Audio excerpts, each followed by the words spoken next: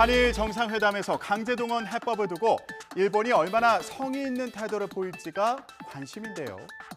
자, 강제동원 해법을 둘러싼 여야 대치도 격해졌습니다.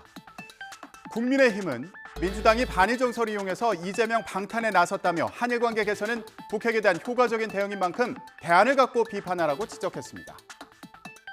자, 이런 가운데 민주당에서는 강제동원 배상 해법이 일본의 사죄도 또 전범기업의 배상도 피해자 동의도 없는 산무 해법이라며 굴종 선언이라고 목소리를 높였습니다. 한일 관계 개선을 위해서라면 독도까지 내어줄 거냐면서 도심 대규모 집회도 예고했습니다. 여야 입장을 들어보시죠.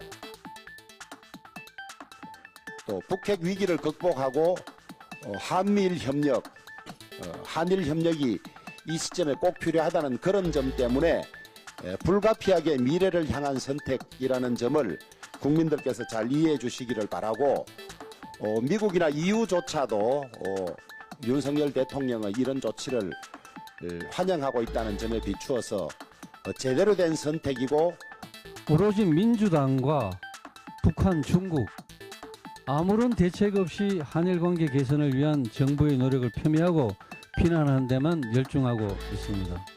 일본 정부는 35년 만에 자국 내 섬을 재짓게 했다면서 독도를 포함해서 발표했습니다. 일본과의 관계 개선을 위해서라면 이제 독도까지 일본에 내줄 작정입니까? 2번에 걸쳐서 만찬을 한다고 보도가 되었습니다. 그리고 이런 것은 전례 없는 일이다 하면서 아주 일본에서 융숭한 대접을 받는 것처럼 그렇게 보도가 되었습니다. 윤석열 대통령이 항복문서를 가지고 머리를 조아리면서 일본을 방문하니 일본에서는 그것을 환대하면서 이렇게 하겠다고 하는 응답을 하고 있는 것 같은데 오늘 19일에는 국민의힘 김기현 대표 취임 이후 첫 고위 당정이 열리는데요. 이 자리에서 국민의힘과 정부, 대통령실은 한일 정상회담 성과와 앞으로 계획을 논의할 예정입니다. 자, 당정 간의 원활한 협의를 위해 윤석열 대통령과 김기현 대표는 매달 2차례 정도 정기적으로 회동하기로 했는데요. 당정이 하나가 돼서 국민을 위해 힘껏 일해 나가자는 취지로 윤 대통령과 국민의힘의 신임 지도부 첫 만찬에서 논의한 내용입니다. 자, 이런 가운데 김기현 대표가 직접 인재 영입위원장을 맡는 방안을 검토하는 걸로 알려지면서 관심이 쏠리고 있습니다. 인재 영입위원회는 외부 인사를 영입해서 선거에 나설 후보를 추천하는 당의 상설 기구인데 인재 영입위원회에 발탁되면 전략공천 지역 등에 바로 출사표를 던질 수도 있죠. 보통 당 중진이 맡던 인재 영입위원회를 대표가 직접 챙긴다니 어떤 배경이 있는 걸까요? 황윤태 기자 리포트 보고 오시죠. 김 대표는 YTN과 통화에서 내년 총선 승리를 위해선 좋은 인재를 영입하는 게 필요하다고 배경을 설명했습니다. 내년 총선 승리를 위해 제가 할 수 있는 모든 헌신과 희생을 각오하고 있습니다. 총선을 이겨야 한다면 그 어떤 것도 감수할 각오와 태세가 되어 있습니다. 여권 핵심 관계자는 한 발 더 나갔습니다. 그동안 인재 영입을 한다면서 당대표와 대통령을 내세우는 등 부작용이 많아 김 대표가 인재 영입위원장을 겸직하는 것으로 알고 있다고 말했습니다. 그런데 대통령과 정례회동 등 대통령실과 소통이 강화되는 상황인 만큼 여러 해석이 나오고 있는데요. 황윤태 기자 리포트 이어서 보고 오시죠. 총선을 앞두고 본격적으로 외부 인재 영입 문제가 화두로 떠오르면 자연스레 윤 대통령의 의중도 반영되지 않겠느냐는 전망이 나오는 겁니다. 윤 대통령과 국민의힘 새 지도부의 첫 만찬에 신임 당직자 중 유일하게 공천 실무를 책임지는 친윤 핵심 이철규 의원이 참석한 것도 이런 관측에 힘을 실었습니다. 우리 당이 국민들을 위해서 제대로 된 정책을 만들어내고 또 국민들께 도움이 되는 사랑받는 당으로 이 자리 잡을 수 있도록 뒷바라지에 최선을 다하겠습니다. 혹시 총선 공천에 대통령의 입김이 강하게 작용하게 되는 건지 바라보는 시선이 많습니다.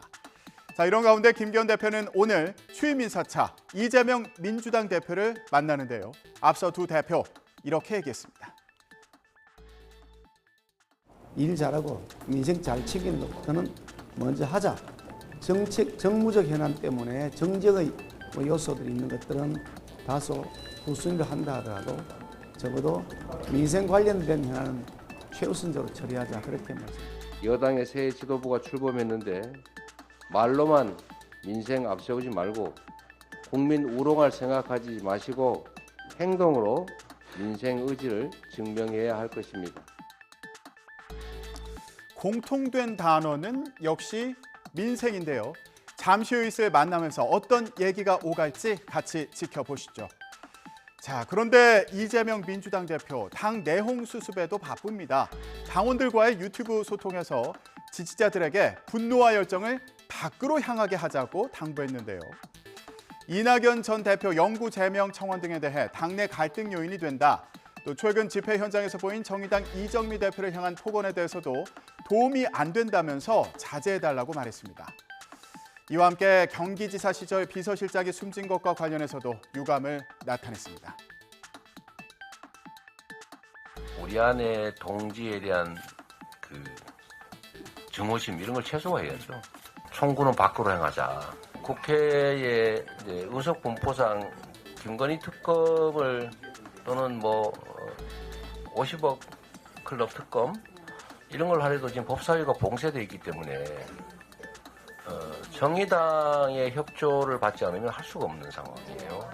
이번에 유명을 달리하신 그분은 제가 만난 공직자 중에 정말로 가장 성실하고 가장 청렴하고 저는 제 곁에 있었다는 이유로 사실은 당한 일이어서 저로서야 참 제가 어떤 방식이든 간에 책임을 지지 않을 수 없는 그런 안타까운 상황인데 내부 갈등을 수습하기 위한 대책 가운데 하나일까요? 민주당이 내년 총선 공천 제도를 논의할 공천 TF를 띄웠는데 여기에 누가 들어갔는지 볼까요? 손유정 기자가 전해드립니다. 이재명 대표는 TF 단장에 이낙연계 인사인 이계호 의원을 선임하는 등 비명계 인사를 대거 배치했습니다. 민주당의 모든 후보들이 공감을 하고 또 동의할 수 있는 제도를 만들어서 당의 결집력을 높이고 총선 승리에 주춧돌을 놓도록 하겠습니다.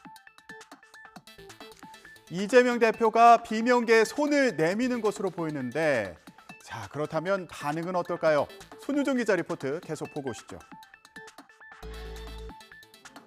일부 비명계 의원들은 당의 위기에 선당 후사 자세로 책임져야 한다며 퇴진론을 고수하고 있습니다. 대선에 패배한 책임을 지고 송영길은 물러났고 문재인 대표는 당이 굉장히 어려움에 처하니까 그 책임을 지고 물러났고 이에 이 대표는 내년 총선 결과에 자신의 운명이 걸려 있다고 말했는데 당내 일각에서 불거진 질서 있는 연말 퇴진론과 맞물려 해석의 여지를 남겼습니다.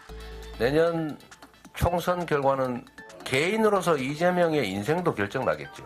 우리는 무슨 수를 써서라도 이겨야 합니다.